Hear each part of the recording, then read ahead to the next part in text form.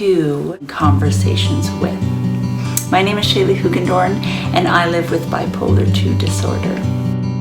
Sharing with others is healing, both individually and collectively. Sharing our stories will educate others, bring more understanding, shed more light, and smash more stigma. Our voices need to be heard. Our stories aren't over yet. This is bipolar. Hi everyone, welcome back to This is Bipolar. I am so excited today. We have a panel set up for you to listen to. Before we get started, if this is your first time, I'm Shaley Hoogendoorn. My pronouns are she, her. I am a mom, I am a wife, I'm an elementary school substitute teacher, among all the other things that I like to do. And I host this podcast, and I'm a mental health advocate. And so I am so excited you're here. I have a couple housekeeping things. For some of you that follow on Apple Podcasts, could you do me a huge favor? Apple unsubscribed people. So if you notice that the podcast isn't coming into your inbox all the time or instantly uploading, they've probably unsubscribed you. So do me a favor, go back, tap that follow or subscribe button, and then you'll get your the podcast come to your device every time. And that's helpful for you because you get it. It's also helpful for me because we get the podcast out there to people that are struggling or might need it. If you follow on any other ones, also, too, feel free to tap that follow. It really, really, really helps. And I also want to tell you about our subscriptions. I have started Instagram subscriptions. So this is a place you go, there's a subscribe button. If you can't find it, message me. And it is, I think it's $6.99 US a month. And there is all this extra content in there. We're actually going to record an extra little bit for that. And there is, we have an exclusive besties channel where we can talk back and forth. And yeah, we just creating this going deeper sense of community. And it's a really beautiful thing. So I would love to see you there too. All right, let's get started. Today we are talking all things parenting and living with bipolar disorder. So I would love to have my two amazing mamas introduce themselves. Joanna, I would love first if you could tell us just a little bit about yourself. Sure. So I'm Joanna. My pronouns are she, her. I was diagnosed in November 2022 with cyclothymia, which is the mild form of bipolar. I think most people haven't heard of it, but it's on the spectrum. Mm-hmm. I have 5 kids. Their ages are 9, 11, 12, 15, and 17. I stay at home. I don't work right now. I homeschool them, and that's why I stayed home from work. Before that, I was in business, and I loved it. But now I'm loving homeschooling, and I'm really involved in the homeschool community, which keeps me alive and working with adults. Yes. Oh, and I'm in Surrey, British Columbia. Yeah, so she's right over the bridge from me. I forgot to say that. I'm in Vancouver, Canada. Yes, and Molly, tell us about you. Hi, I'm Molly. Pronouns are she, her. I have 1 kid. She's 7. I wasn't diagnosed with bipolar disorder until, it's been almost a year. So March of 2023 is when I got my official diagnosis, bipolar 2 disorder. I was also diagnosed at the same time with ADHD, anxiety, and an unspecified trauma-related disorder. So I'm kind of dealing with a whole gamut there. My child is also neurodiverse. So we've kind of got a lot of factors at play. I'm an attorney. I work as a public defender in Minnesota in the United States. And so that keeps me really busy between that and having my kiddo. Also, my daughter, me and her dad are not together. So I have her 50% of the time, single parenting basically during that time with her. Wow. Yeah. Yeah. I'm so excited because we have such different experiences and different diagnoses. So I'm really looking forward to just sharing. People have so many questions. And one of the hardest things that I hear and I understand is a lot of folks are like, should I have children? Can I still have children? And I hope that after this, you can feel confident that that you can, and that you can be a good parent. It is very, very, very hard, but we can do hard things, right? So I would love to get started. So it sounds like that both of you were diagnosed after you had your children, correct? Yeah, Yep. same. I am so curious. With both of you, do your children know you have bipolar disorder? I'd love to start, Molly. I'd love to start with you. Does your child know? This is the biggest question I get, like, how do you talk about it? What language do you use? Or some people are waiting. I'd love to hear how you handle that. Yeah, so my kiddo does know. Frankly, I don't know totally that she grasps it or understands it completely, but she knows that I have that. We talk about mental health in my family a lot, partly because that was not something talked about while I was growing up. So I really want to change the conversation around it, and especially with her own neurodiversity. So we talk about it. I talk about, when I'm feeling depressed and what that looks like and what it means. The hypomania is a little more difficult to talk to her about. The language around that is a little harder. I think some of the symptoms and the ways that it comes out is also a little bit more shameful as a parent sometimes, and so it can be hard for me to talk to her about that. But also, and we'll probably talk about this later, but some of that like bipolar anger that comes out, especially in my manic episodes, those are things I try to talk to her about. I try to explain what's going on internally, and a lot about like, hey, this is what it feels like in my body. Yes. And that's why I reacted that way, or that's why this thing happened. So. Oh, wow. Yes. I love that. That we are definitely going to talk about that because, like you, that's one of the biggest shame one, right? The anger, especially, we're women, we're supposed to blah, blah, blah. We're humans. We're not supposed to. Yes. I hear you on that one. It took me a long time to start talking about that. But yeah, Joanna, do your crew of children know about your diagnosis with cyclothymia? Yeah, I had a life coach that I was using at the time, and she really encouraged me to let my kids know and not to wait years for that. So I did. About 3 months after I got diagnosed, I told the kids separately, and they all had a different kind of reaction. I found that the kids who were more in touch with their emotions were very sympathetic. They had questions, and they still now support me, kind of like they ask about it, they acknowledge it. But the three who are not as, in touch with their own emotions, they don't ever really bring it up anymore.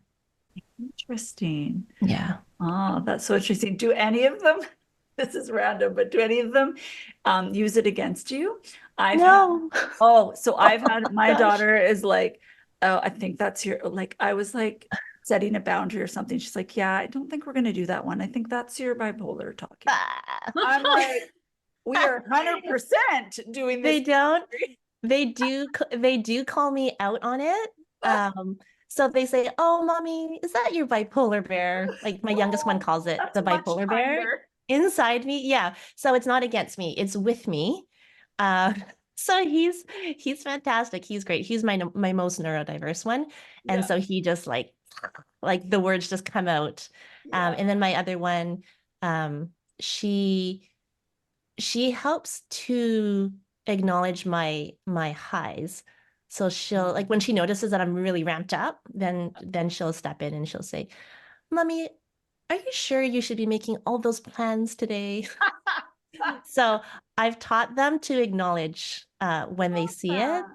And then Yeah. they can, maybe just take what I say with a grain of salt that day. Yeah, I love that because I just like you both. I think it's so important that our kids know. I think it helps them understand the world around them, and them. I think they get so much more in touch with their emotions, but also they can be also.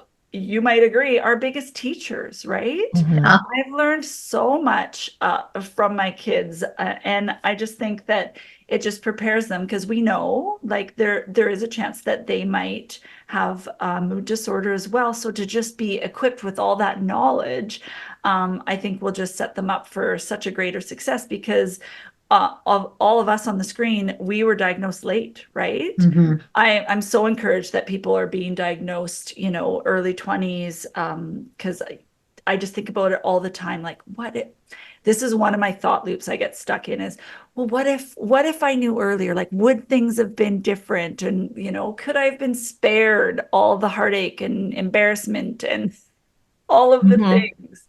That's Oh, maybe we can do that for them.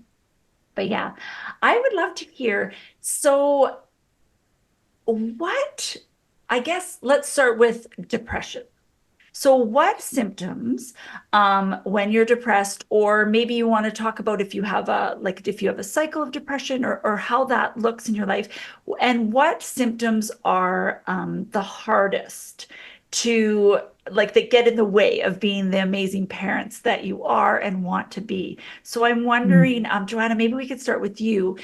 And yours will probably, I'm very curious about because I don't experience like it's very Mhm. different. So I'd love to hear maybe yours is intertwined. Just however you wanted to answer that question, just what symptoms hold you back from being the best parent you can, and what does it kind of look like in your life? Mhm. So there's a couple questions there. The first one was about depression. Yeah, but then I Yeah. was thinking when I asked you, I'm like, oh, but do you cycle rapidly? Yeah. What does that look like? Okay. Yes. Usually when I wake up in the morning, I can tell, I can feel the chemistry. Mhm. Um, and I used to just think the world, like I was just angry or I was down or I was excited and I, I didn't know how to manage it. But now that I do, I just kind of wait on it. And I kind of flow with how my body is doing that day. So one of your questions was, how do you deal with the depression? Like, Yeah, what is it like? what's it like and how does it affect your parenting? Yeah, the depression is the saddest part. It's the part that makes me feel the most guilty. So when I first learned about bipolar and I realized I might have it, I cried for a long time. I don't know if you were like that, Molly. It's just the realization it hit me, and I was like, oh my Lord, Yeah. I have been trying to parent 5 kids, and these poor little kids have like a mom with a mental illness. And I was like, ah. And because so much of my parenting is sad or frustrated and I have no resolve. So what it will look like is I'm trying to homeschool and then I have this plan and then I will try to be carrying it out. And then one of them says, oh, do we have to do that? And then inside I'll be like, see, you're a bad teacher. That was a bad lesson plan. You should just quit. And then I'll say, no, it's okay. Just go play. And then I'll go cry for like an hour in my room. And that's the end of my homeschool day. Like it didn't last any more than 5 minutes. And then I'll do that over and over. And that could go on for months. So Mm. I feel so bad for my kids. Like my depression is I get triggered so easily. I'm in conversation with someone, a normal, pleasant adult. I'll get triggered and then go home and, brood about it. You guys know, brood Yeah. about it Yes. for days or for weeks. And that's not helpful for my kids because there's nothing creative coming out of me. Yeah. There's no resolve. It's just mopey and sad. Yeah. So when Yeah. you were talking about how you can feel it in the morning. So do you have you just feel it in your body? You can feel Yeah. a sadness in your body or an agitation or an excitement in your body when you wake up. And do you have any is it always surprising or is there like more certain feelings in different seasons or just random? Yeah. I tried Oh, tracking it and I couldn't find any okay. patterns. Man, that is tough. Yeah. Yeah. Yeah. Wow. Wow.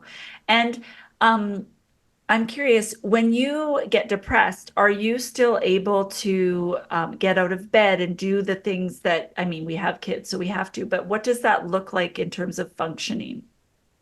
It's barely. it's functioning because yeah, we have kids and we have to feed them, but Yeah. that's just about all they get. They eat all the time. Like I feel like Yep. 3 meals a day is a pretty excessive in my personal opinion. Yeah. Yeah, the last year has been amazing, I must say. Yeah. After diagnosis, after all the strategies, I'm great. I'm fine. I can process, but Yeah. pre-diagnosis, which is part of the reason why I'm excited about this podcast, is just Yeah. to share like post-diagnosis is way better than Yeah. Yeah, it is. pre-diagnosis, Yeah. right? For people that are afraid of getting help. Yeah. Yeah, yeah. Yeah. So in the past it was bad.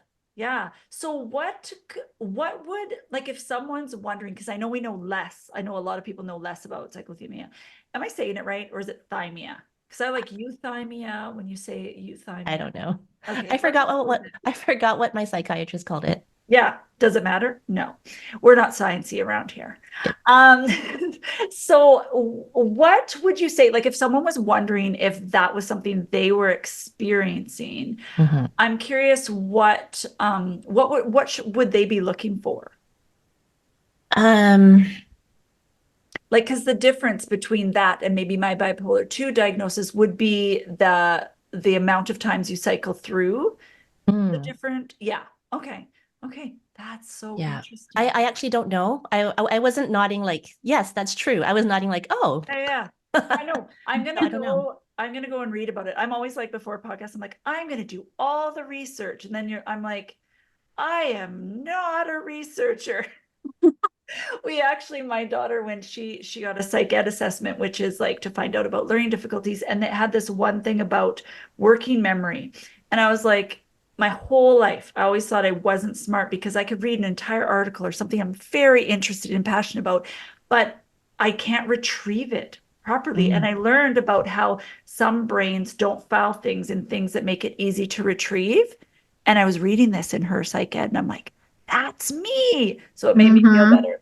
So anyways, yes, I'm definitely going to post more on Instagram about that because I'm very, very curious. Yeah, I was so glad when you included that in the parents who could speak because I felt almost like an imposter, saying that I had Right. bipolar. I'm like, I don't have real bipolar. It's, I Right. really hesitated. Yeah. Oh, I'm so glad you did. Yeah, I think I'm seeing it more and more as a spectrum, Mhm. right? As a mood disorder spectrum and where people are on it. Yeah, that's really interesting. Molly, I'd love to hear how depressive episodes affect your parenting, maybe what that looks like in your life. Like I was saying before, if you have patterns. Yeah. Yeah, tell us. So I actually think that depression is a little bit easier for me to manage than my mania, my hypomania. I think part of that is just the way that I was raised and kind of the pushes that I've had in my life. I think it also interacts with my ADHD in a way sometimes that makes it easier for me to manage. But usually my depressive episodes come after a hypomanic episode. I tend to have a pretty big crash.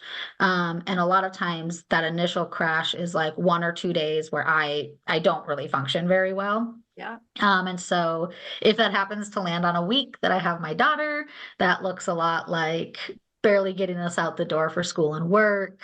She's eating maybe leftover chicken nuggets for dinner or whatever, like just whatever. Sometimes it's, hey, go make yourself something. Thankfully, she's at an age she can do that. I really struggle with I just cannot wait for bedtime. And then once she's in bed, I'm just part of the couch and I'm not doing anything.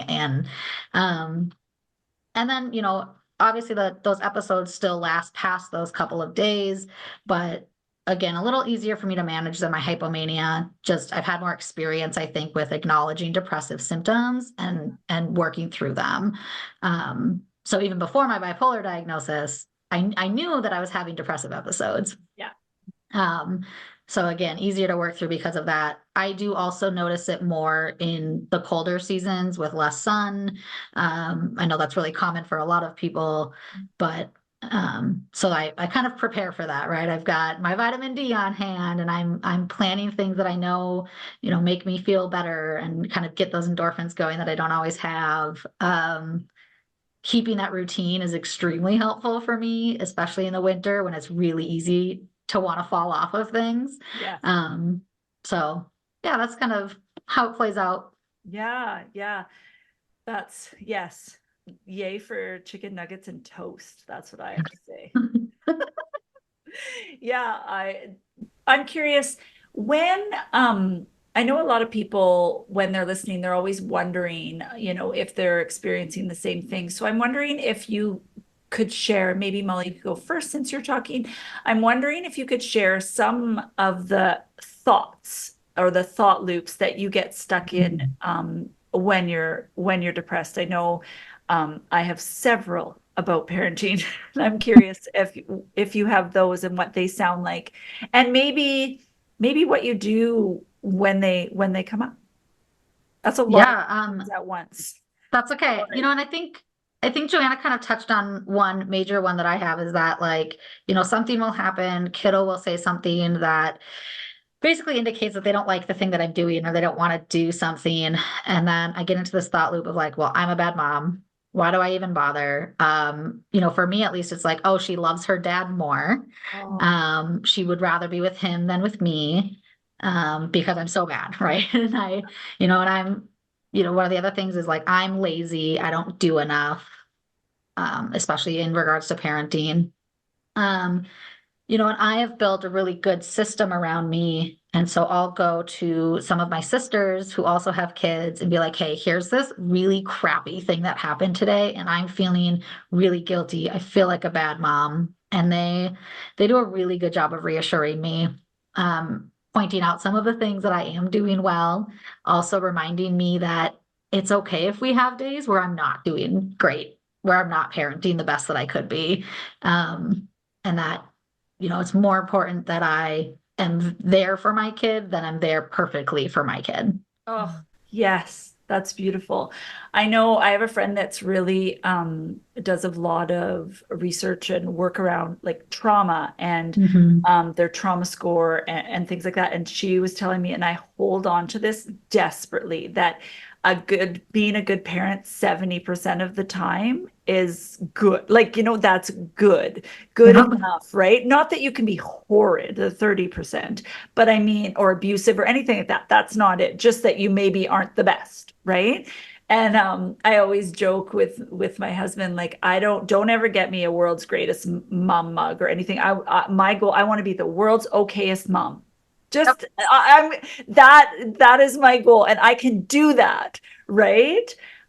Yeah. Oh, that's so interesting. I love that, and I think that that's a really important thing to do. And I know that was something that I did a lot, is checking in with parents that don't have bipolar disorder, because I tend to blame everything on that, right? Like I made that Absolutely. mistake because of my mental illness, da, da, da, and having moms that can say, hey, I reacted the same way, or that is an actual, I don't want to say normal, but that is a common a reaction to that. So I think that that's really wise, and I love that you have sisters so that it's a little bit easier to take, because they can, are having a trusted person that can call you out on certain things, but then also reassure you.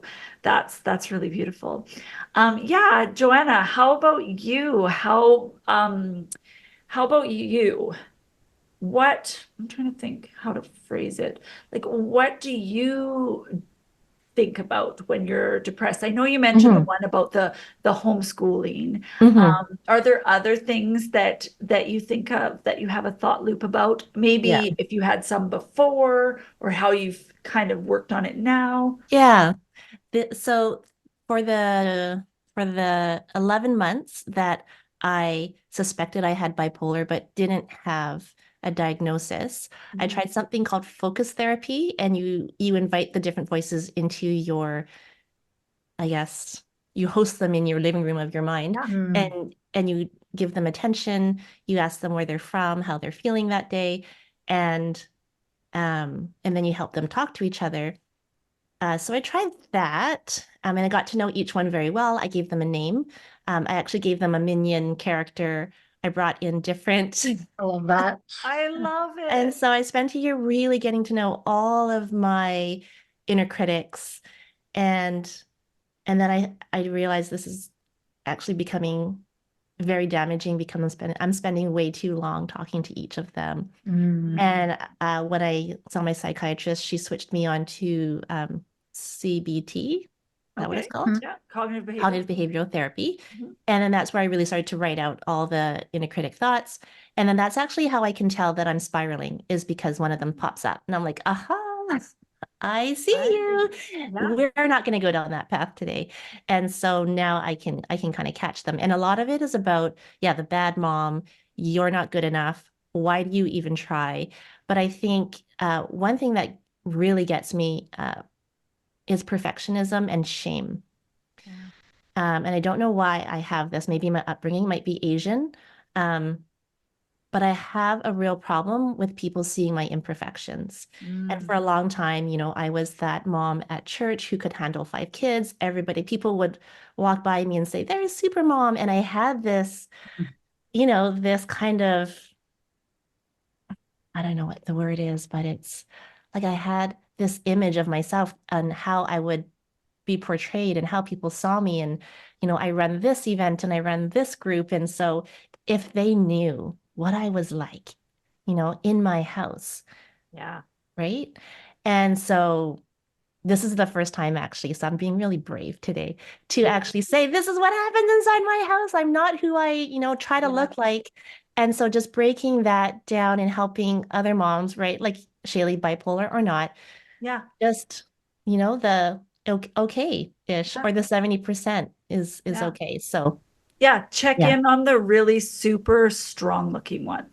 Yeah. You know what I mean? Because Yeah. same thing, right? Because like I'm outgoing, or if you're ever hypomanic, you're pretty confident, right? Oh yeah. Yep. I'm doing everything. Yeah, right. Best mom. I am unstoppable.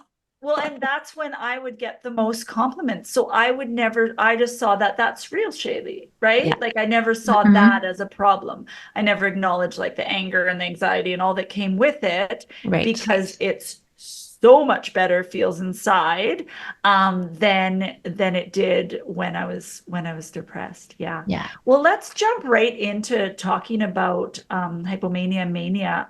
I'd love to hear, Molly, how that comes up in your life. And I'm actually curious about, okay, let's rewind. I'm doing the Shaylee 4-part question again.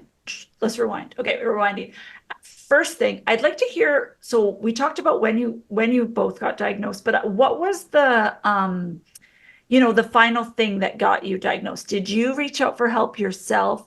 And I'm so curious, was it a manic episode that got you the help? Or, yeah, I'd love to hear about that before we talk about how mania affects our parenting. Yeah. Yeah, I'd love to hear it. I don't actually know if it was like a specific episode, but I had been in therapy and my therapist kind of brought it up. They're like, have you thought about bipolar disorder? And like, is that something that you've talked to anybody about? I was like, no, but now that you mention it, there is some history in my family. I've got like great uncles or whatever that have been diagnosed or who, looking back on their lives, were like, oh, pretty sure they had that. But nobody in my immediate family until after I got my diagnosis. So my therapist and I started tracking my moods a little. And based on that, I decided to go do a full assessment between that and the suspicion of ADHD. So I did that full assessment, came back with diagnoses as I expected. So it had been, about a year. So kind of, Joanna, you had said there was 11 months between that suspicion and when the diagnosis happened. It was very similar for me. So that's kind of what triggered it. And, during that time, again, like tracking moods and trying to see no real pattern, but definitely seeing the highs and the lows. Oh, I love that for you, that it wasn't a crisis moment, right? That it was seen, this is just the power of everyone going to therapy all the time for help, you know what I mean? When it's accessible. That's really, and it sounds like you were open to getting the diagnosis. Was that scary for you, or more freeing to understand what was actually going on? It was both. I think I knew that there's still so much stigma around bipolar disorder. And there's so much misunderstanding around it still. And I had actually had a professor in college who had severe bipolar 1 disorder. And he had been a mentor for me. And so I had seen it kind of at its most extreme with Wow. him. And so, but there was some part of me then that was like, well, if he can hold this position and if he can do all of this still, then it's going to be okay. Yeah, yeah. I think that's one of the main reasons what Julie, my old co-host, and I started the podcast, and also why we put out video there too, because I didn't know anyone else that lived with bipolar disorder. And of course, now looking back in family, it's like, oh, they just weren't diagnosed. But I was desperate, and I was diagnosed in 2010. So it's been like 13 years. So I was desperate to see a face, or just like all I could find online was like, like medical things or doom and gloom or Mhm. worst case scenarios, and I was just stopped looking into it or stopped researching it because I was like, that's not me. Like I knew I accepted that I had bipolar disorder, but I was like, I'm not one of like them. Right? Because Yep. I didn't see anybody like me. I didn't see what a future could look like. I wondered, like, should I, leave my family because they'd be better off, or, all those thoughts. And then not to mention they're taking me off one med and putting me on another that's Yeah. messing with everything. But yeah, that's really interesting. And so I'm wondering, back to talking about hypomania, because you're bipolar 2, so you experience hypomania. Mhm.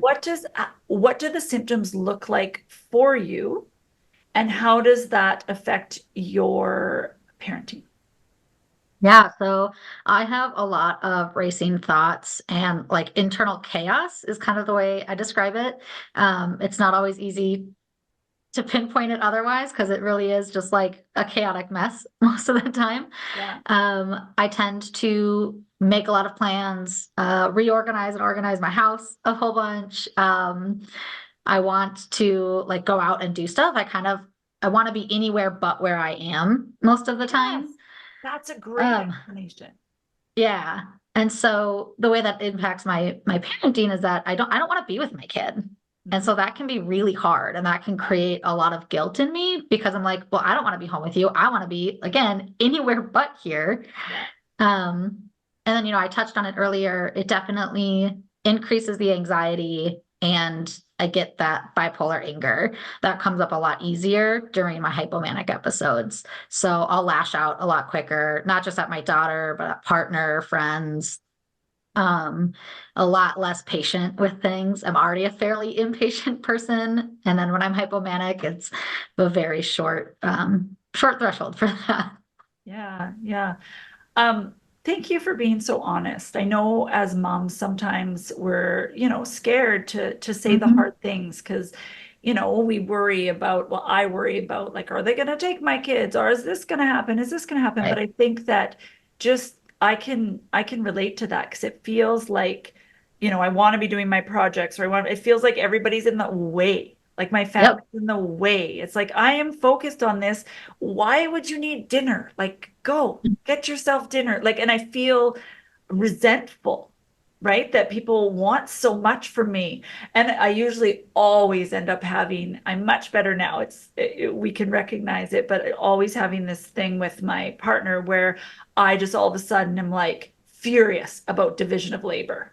Like, like, I never agreed to this, right? And Yep. it's so hard to explain to people that it isn't just like a passing thought. It's like all consuming, and it's physical. Like it feels to me like physically I need to get away from y'all. And Yep. so, Absolutely. yeah. And I'm curious about that.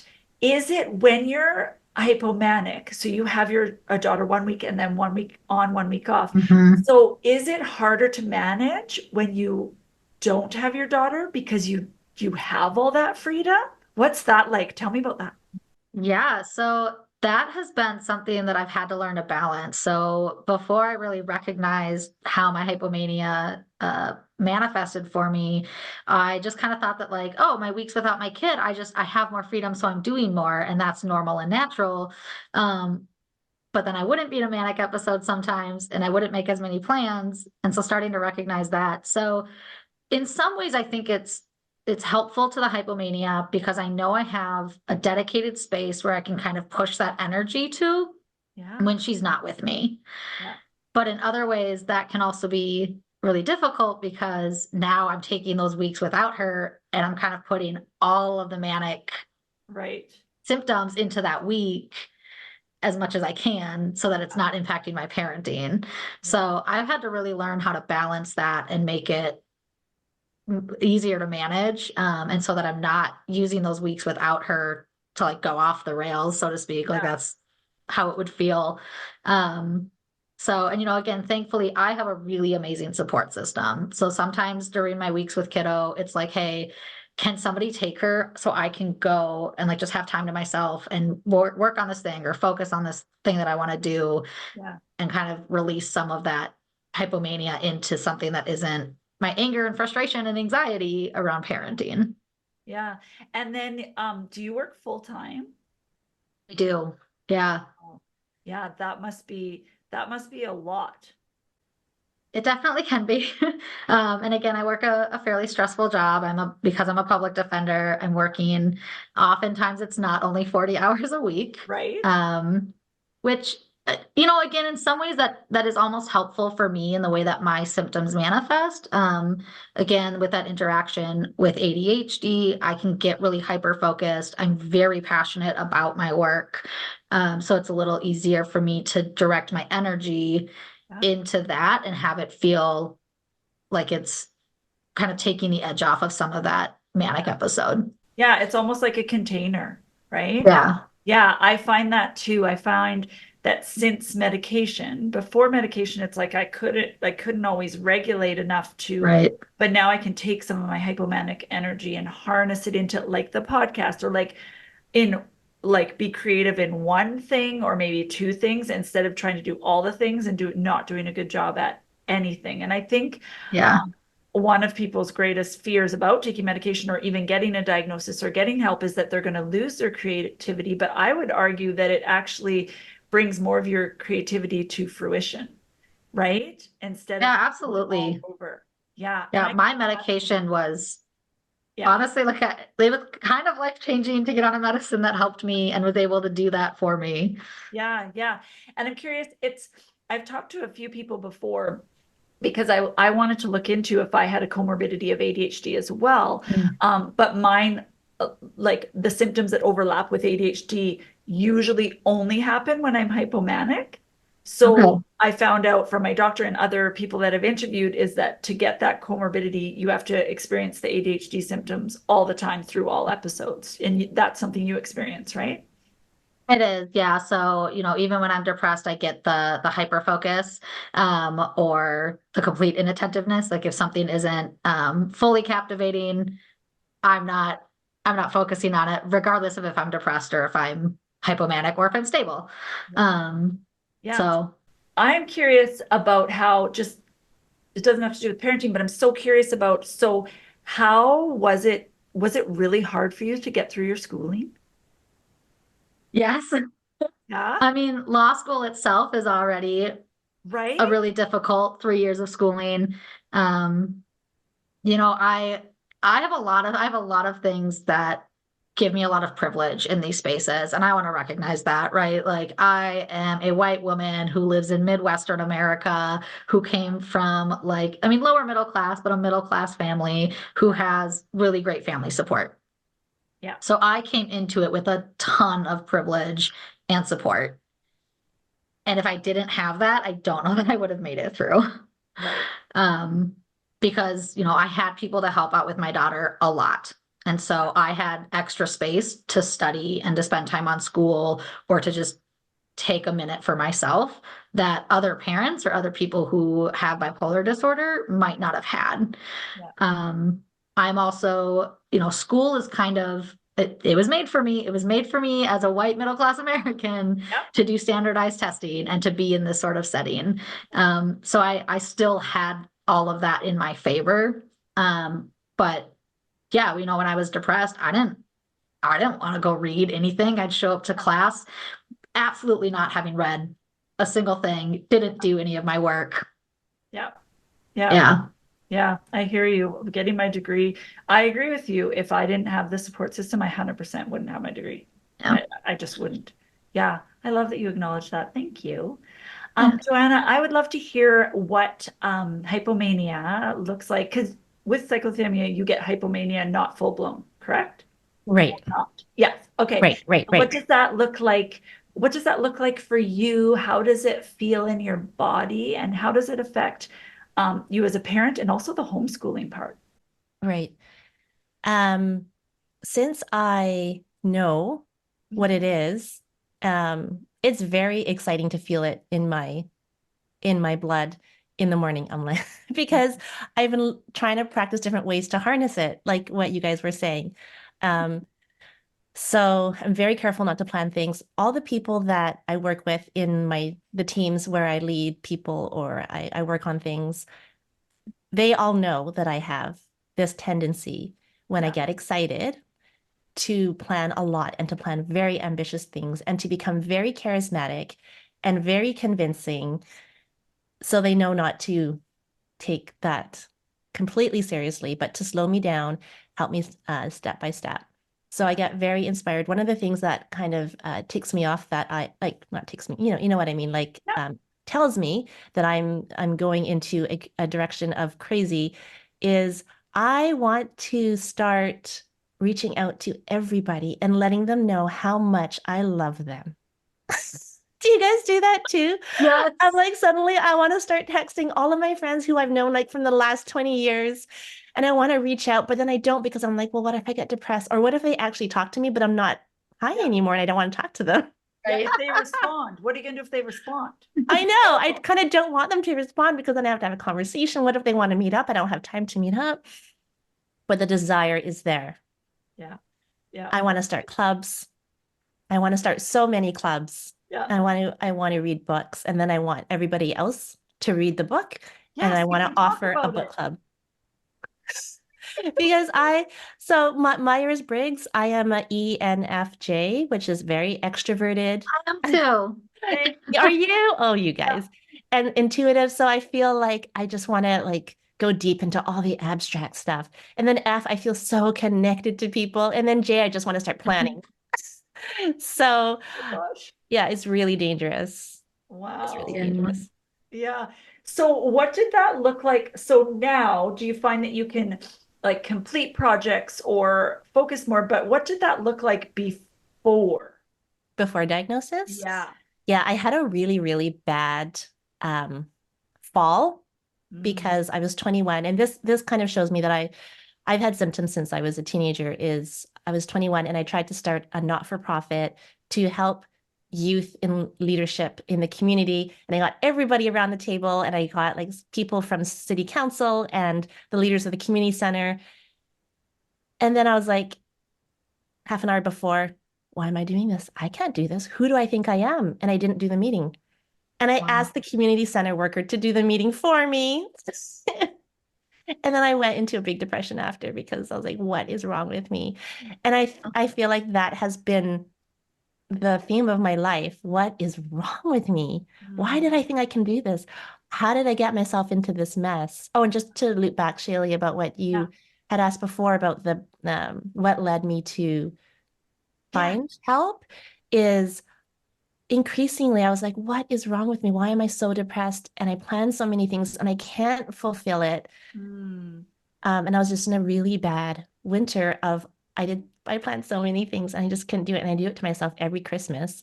Mm. And then I watched a video from Sanctuary Mental Health and they had on a person, should I say his name? Yeah, because it's on Yeah, video. Marco Costamo, and he had created an amazing not-for-profit, and I can imagine how he would do that because it's so exciting. Called A Rocha, and I just love that not-for-profit, and I was like, oh my goodness, he has bipolar. I want to start not-for-profits. Mm. I'm kind of like I could relate to him, and then the tears, and I was like, that's why I'm like this. Maybe I have that. I just cried for days, and Mm. um, yeah. So it was that wondering what's wrong with me for years and years. and then realizing. Yeah, and that Mhm. self stigma. I know on the outside, everyone's always like, "You're so confident, you're so this," Yeah. but the Yeah. berating on the inside. And I'm curious, I've kind of had this discovery over the last 5 years, like, why is it so hard for me to take constructive criticism or criticism like at all? And I think, like I was trying to explain to my husband, like I already think all these terrible things about myself. So when people tell me, even though they should be able to, I it's like confirming my worst thoughts about myself, right? That's so real. Right? Do you feel that? And I was thinking about it, Hmm. and I was thinking about it. My therapist was like, well, it's like, some folks walk around, it's like our skin is already sunburned, right? And we walk around and the people and the thoughts, and that's the sun. And so we're living in this sensitive skin already. And yeah, I really, really struggle with, especially like I pretend I can take it okay with not my family, and then I go home and cry and want to quit Hmm. everything and Yes. like pretty much move away and change my name. Yes. Um, but I especially, struggling for a long time, my husband felt like silenced because it wasn't worth it to him to it wasn't fair to him that he couldn't express it without me totally falling apart, right? And so, yes, thank goodness for medication and things like that. But that's been a lot to work through. And still, like, I, any successes, and tell me if you're the same, that I actually do have, all like if my team, because I used to do events and such, if my team gets together or we do, when you do after where what could we have done better? What's good? For the first week after a big project or something, I can't talk about what we could do better because I fixate on it and it just hurts too much. I need to like cocoon myself in the goodness for a Me while. too. And then my Yep, team would know that. And then after I could be like, yeah, reasonable. But yeah, do you walk around with sunburns? absolutely. Absolutely. Well, and that must be hard for you, Molly, if you ever lose a case. Like, does that ever put you into an episode, or what kind of things do you do to, keep yourself managing when something like that happens? So I am fairly new in the role. So I went to law school later in life. I was 28 when I started. So I've only been doing public defense for about 5 months. Oh, okay. Um, How's so it going? very new. It's going great. I love it. It honestly, it is like exactly what I want to do. But I haven't had any major losses, though I will say I have had some difficult clients already. And, I actually just had one this week, and I should have handled it in a slightly different way. I should have set my boundary a little stronger with him. But he said some things to me that were like really hurtful and really bad. And I got off the phone with him and I did just cry. I mean, I spent almost 10 minutes just in tears. My anxiety got really high. It was like almost hyperventilating.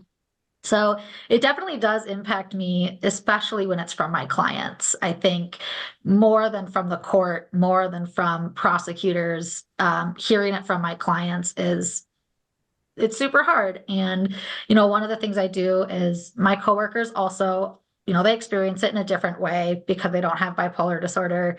But it's really nice to be able to go to them and just like vent a whole bunch. And, some of that is it's this is why that client is wrong and bad and what's Yeah. wrong with them instead of what's wrong with me. And some of that is here's the ways that you actually did do that really well. And here's what you can do next time that might help protect you more. Yeah. And so it's part of it is just having a good support system and being in an environment that is supportive and helps to cocoon you from it a little bit. And then also, again, just being able to acknowledge it and knowing that like sometimes you're going to mess up, sometimes it's going to go bad, sometimes people aren't going to like you, Yeah. and that sucks, It does. but your next client's going to be great. Yeah, yeah. Well, that's really, really interesting. I'm excited. I'm excited to hear more about how it goes. Um, I'm curious too. I was wondering if either of you could think of a parenting situation or parenting situations or things that have happened that has triggered you in the Mm. past, and maybe if you'd be willing to share maybe how it might have been handled badly and in the past, now, whenever, and then maybe if you have how you would have handled it differently or a situation where you have. So I'm realizing how I have like 5-parter questions. I need to work on that. I'm not going to think about it all night tonight. Um, yeah, so I'm just wondering, can you tell me like just we've been talking a lot about symptoms and things, but I'd love to hear of like a story of something that happened in your life with parenting or being triggered, and maybe if you handled it badly or how you handle something well. Joanna, do you have any of those stories you could share with us? Yeah, it's not a specific time, but it's like a series of times. So when I get excited, I don't like it when things get in the way or when people do things that I don't want them to do because I know what's best for them. And so I know how they should get there. And if they don't listen to me, then I get really mad. Yeah. Like bloody fire in my veins. Yeah, it hurts. Yeah. Yeah. Yeah. So I have a son who really likes video games.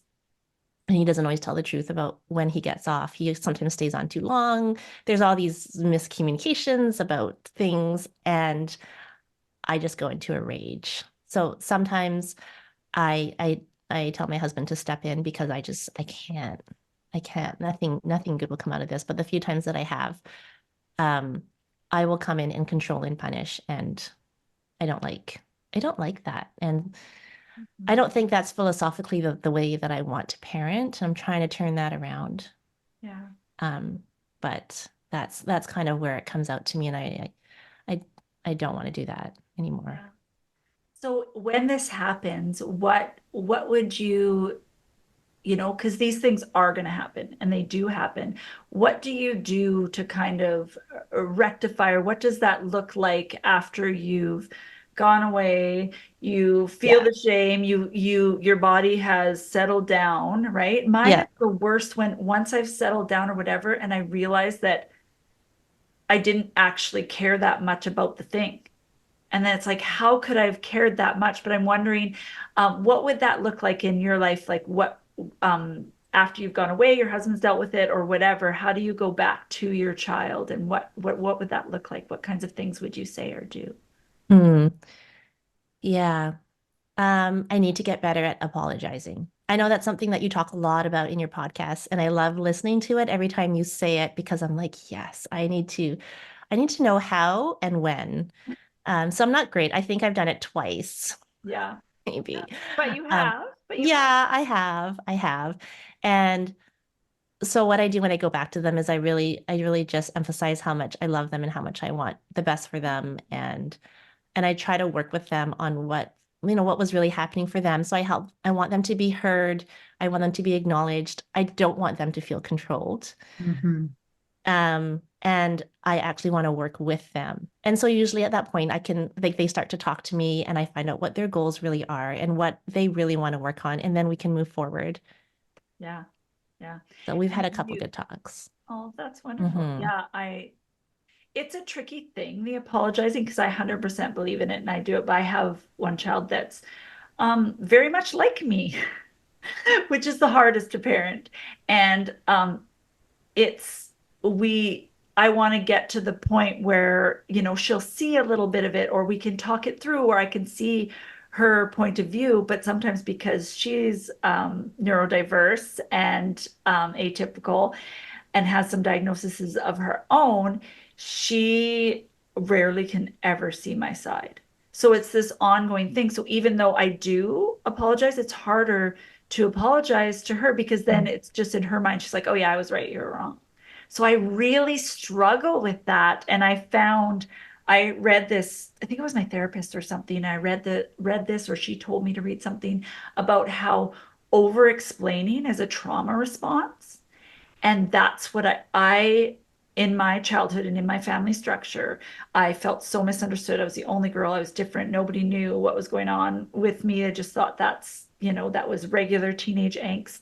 But I just find my biggest thing is over explaining.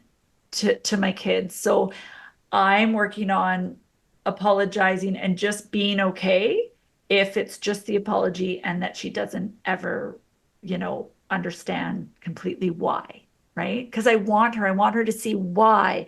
And it's so hard because I don't know. If she will. So I find that it's much easier to apologize to my other daughter who is not like me and she's much more like my husband.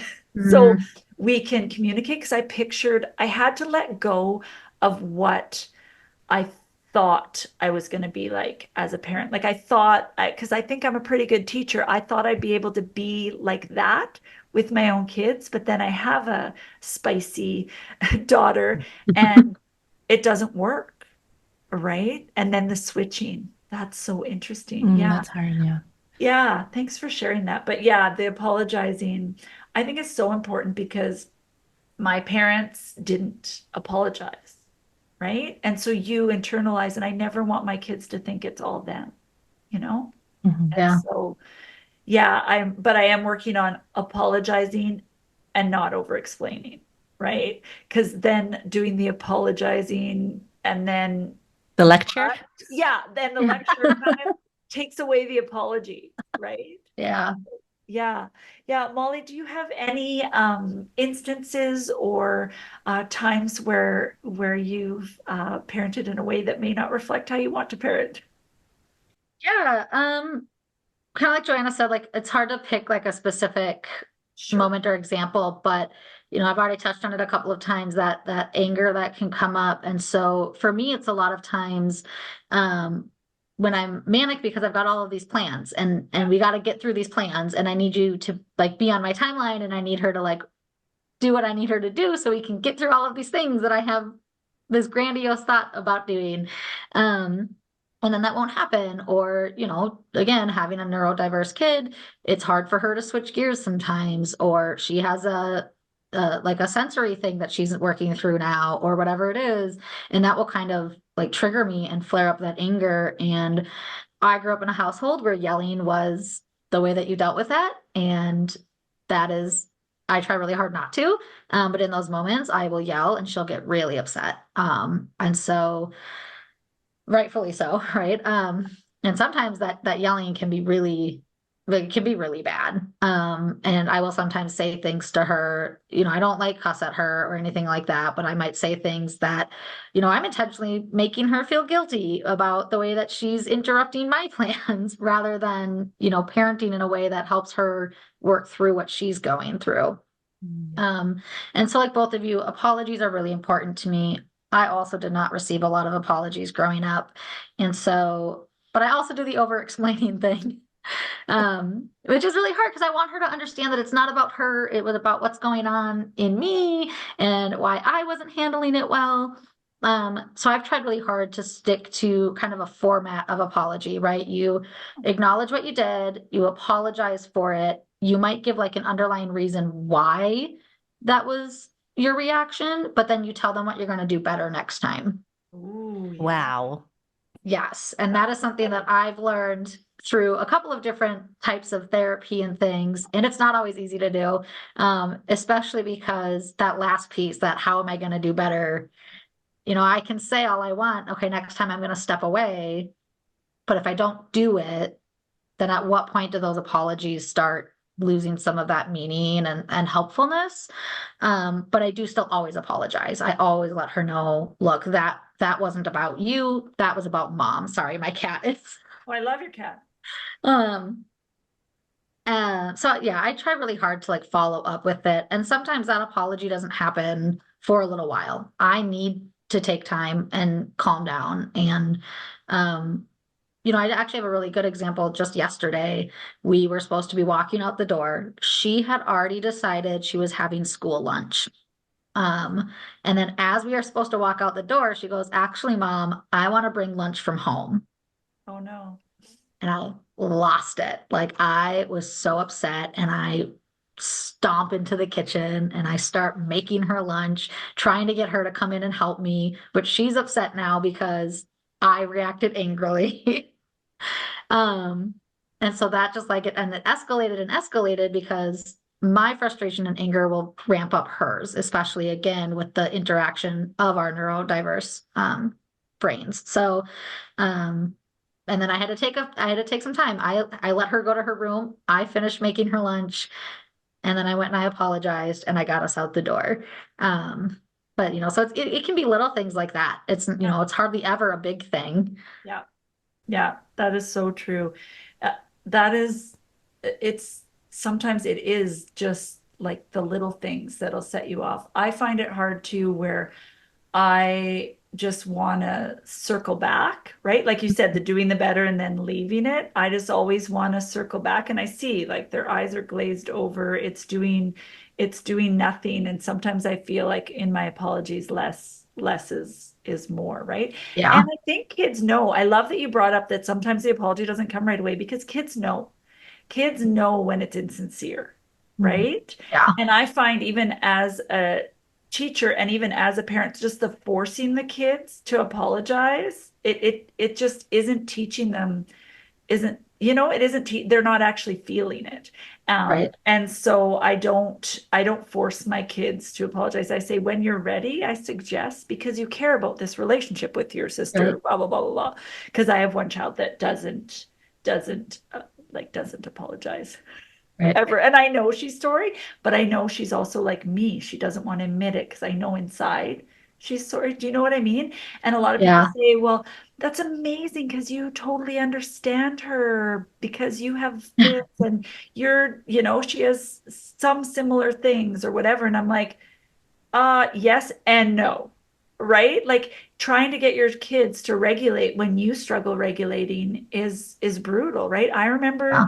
when I get depressed or get sad or think the world is garbage and I'm garbage and all of that, I think like, how can I parent when they say your kids can borrow off your calm nervous system? And I'm Right. like, they better not be borrowing off my nervous system. They're ruined, right? I think that, and I think one of my fears is passing on my pessimism, right?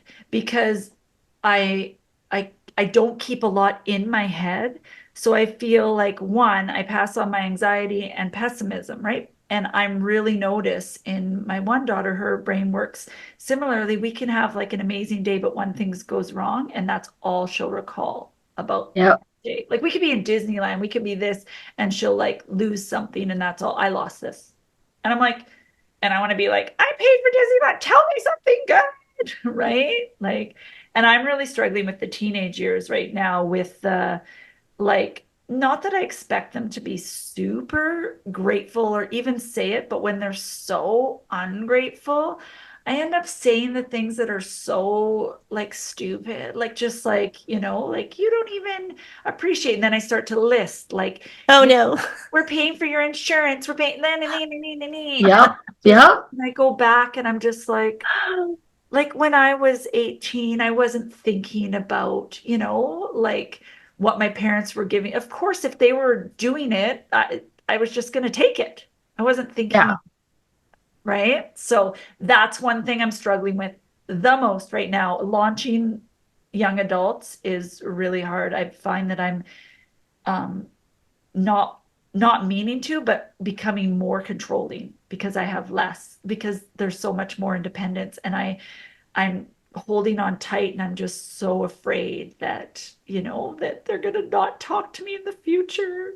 Just, and another Yeah. thing I'm afraid that I passed on is just, I care so much what people think. And sometimes to me, like, I'll be like, I hate this stupid sweatpants thing. Like, why is sweatpants in? I'm just like, sweatpants should be worn at home. So I can't help it. But sometimes I'm like, maybe this isn't like, maybe we could not wear sweatpants. And they're like, we don't care. We want to be comfortable. And I'm like, I want that for them.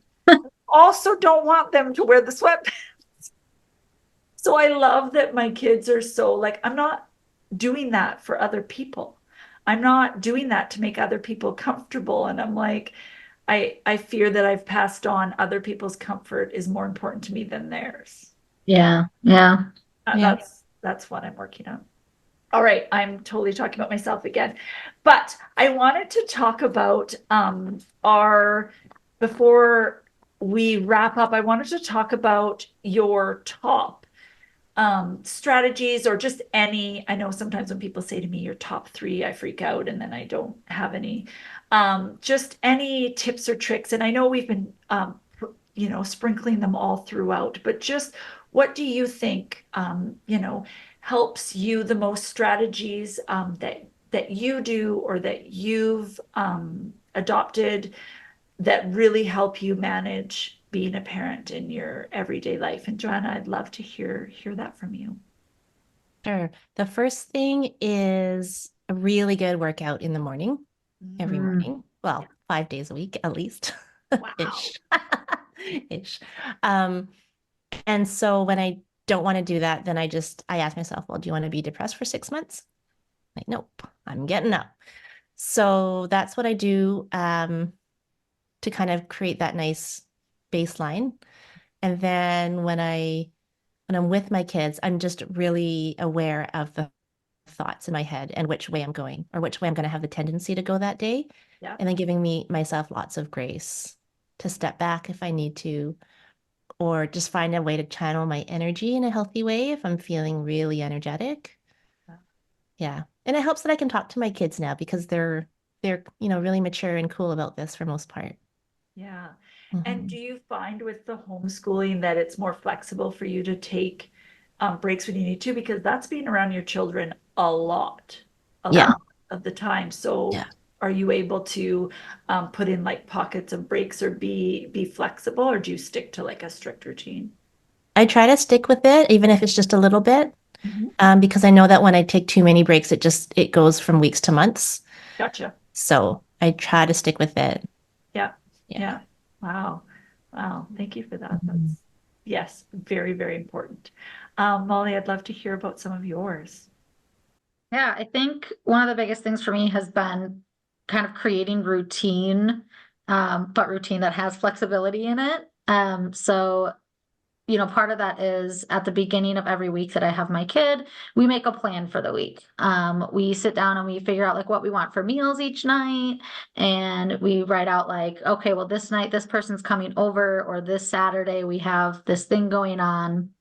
And that helps both of us like start the week on the same page. And that's really helpful because then as the days go on, and again, this is helpful because of her neurodiversity, it helps her to have a plan and a map of what's going to happen that week. So we butt heads less about the day to day and how that's going to look. I also try really hard to work out each day, or at least 5 days a week. I usually just call it intentional movement though, because I don't need the pressure to do like like a whole workout or something. Because for me, Your that hasn't brain, worked in the right? past. Yeah. Yeah.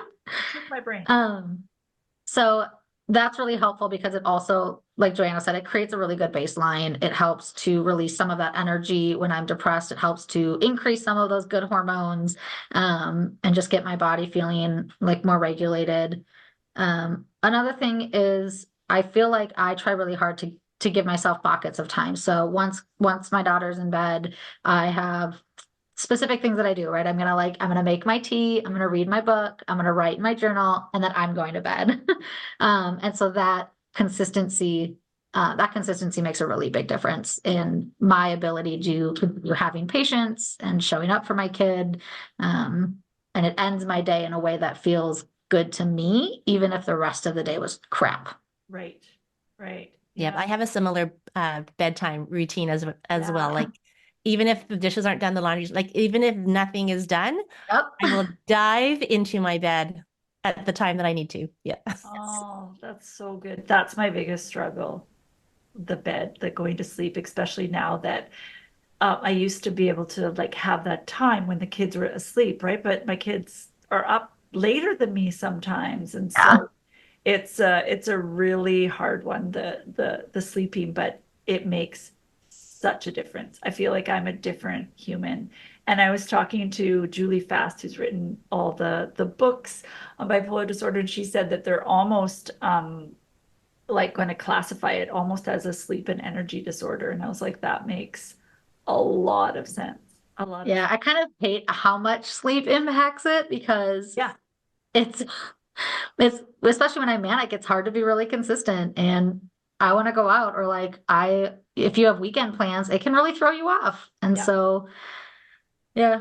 Yeah, and I have FOMO. So Oh, so I don't bad. like it when people are up later than me, because what if like the best thing happens? Right. Well, obviously, that's what happens after I go to bed at 10 p.m. Yeah, yeah. And it's the worst, like that I get my best ideas at 10. Like my natural schedule, like I could still get the sleep in, but my natural schedule isn't conducive to having kids or like functioning in a like real job. Yeah, I'll wake up at 1:30 or 3 and just be like and just make lists and lists and lists of things in the middle of the night. It's so It's kind hard. of funny. I went to my husband the other day. I actually made him really nervous. I didn't mean to stress him out so much, but I was like, I totally made a bad choice last night. He was like, she remortgaged the house or did it. I was like, no, like when I woke up at 1:30, I went and I watched this Instagram. I just went on this one Instagram account with this guy that gives food recipes. I don't even like to cook. Okay. And I was on there for an hour. So my bad choice was that I went on my phone in the middle of the night, but note to self, I'm not going to go up to my husband anymore and be like, I made bad choices. Well, I would love just before we go if I'm just feeling really strongly connected with our listeners and someone that's struggling right now, thinking that they're a good parent or maybe in the guilt or maybe in the shame. And I'm wondering if each of you could give just a word of encouragement to our listeners that are feeling like they're failing or yeah, just having a time where they don't think that they're good enough for their family or just in a tough place. I would just love to end the podcast with a word of encouragement. And whoever's ready to go first can go first. I don't want to put you on the spot if you're not ready. I can go first. The word that comes to mind is exciting roller coaster adventure. And we get to do that as a family. So I, I think with like you two, there's a lot of mental health talk that happens, and there's so much dialogue. So when you have these swings, it gives you an opportunity, so many opportunities to connect with your kids. And I think it's one of the things I love about bipolar. There's like a lot of things that I actually like about it. But one of those is that you get to have those connections and you get to, really be vulnerable with your kids because you have to be, right? And when I get better at the apologies, and I'm sure that will be a really amazing, I'll just take it up to the next notch. Yeah. Yeah.